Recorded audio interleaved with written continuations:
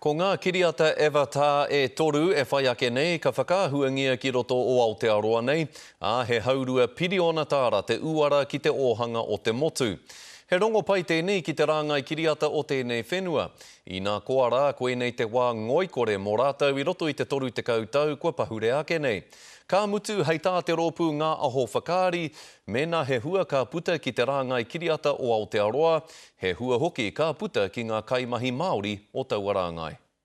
Kaore anō te kaihanga I te kiriata Avatar kia wai atu ki tēnei tau tōwhito kai tapere Māori.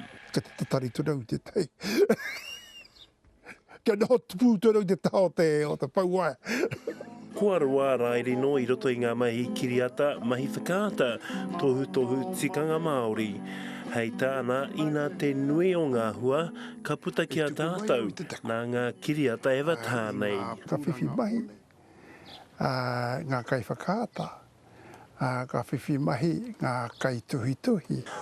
Toko whia nei ngā momo tāngata ka whiwhi mahi. Ia kia Ala Henry o ngā aho whakaari, he āhuaranga matua kia whakataetai tātou I roto I te ao kiriata whānui. He oranga nō mo te ao kiriata Aotearoa, he oranga nō mo te ao kiriata Māori. O ngā hua o te kiriata tuatahi ko te reo me ngā tikanga o te Winawi I ahu mai I te reo Māori.